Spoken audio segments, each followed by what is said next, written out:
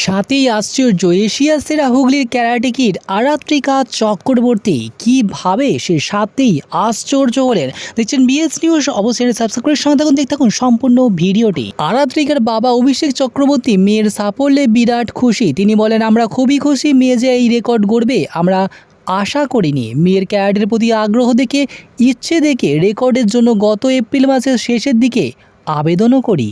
এ যেন সাথেই আশ্চর্য। হুগলির আরাত্রিকা চক্রবর্তীকে দেখে এই কথা বলতে ইচ্ছে হতেই পারে, আর তা বললে খুব ভুল বলা হবে না, কারণ মাত্র 7 বছর বয়সেই ক্যারাটেতে ইন্ডিয়া বুক অব রেকর্ডস ও এশিয়া বুক অব রেকর্ডস করেছে আরাত্রিকা। মাত্র 3 বছর বয়সে তার ক্যারাটের হাতে খড়ি। মগরার গজঘণ্টা বকুলতলায় বাসিন্দা ছোট্ট আরাত্রিকা নাচ, গান, কবিতা, আঁকা শেখার সঙ্গে সঙ্গে পাশাপাশি ক্যারাটেও তিনি পারদর্শী। তার ক্যারাটেতে আগ্রহ দেখে মা বাবা মৈত্রী অভিষেক চক্রবর্তী মেয়েকে উৎসাহ দেন। তারা আরাত্রিকা 3 বছর বয়সে ক্যারাটেতে ভর্তি করেন স্থানীয় ক্যারাটে কোচিং ক্যাম্পে। 2023 সালে 2টি প্রতিযোগিতায় সোনা জিতেছিল আরাত্রিকা। ছোট্ট আরাত্রিকা কিভাবে এশিয়া বুক অব রেকর্ডে নিজের নাম তুলেছে। আরাত্রিকার পরিবার এবং তার কোচ শঙ্কর রাউত ও সঞ্জয় দাসের পক্ষ থেকে জানা গিয়েছে, এশিয়া বুক অব রেকর্ডের জন্য 1 মিনিটে 350টি চেস্ট লেভেল পাঞ্চ করতে হয়। সেখানে আরাত্রিকা মিনিটে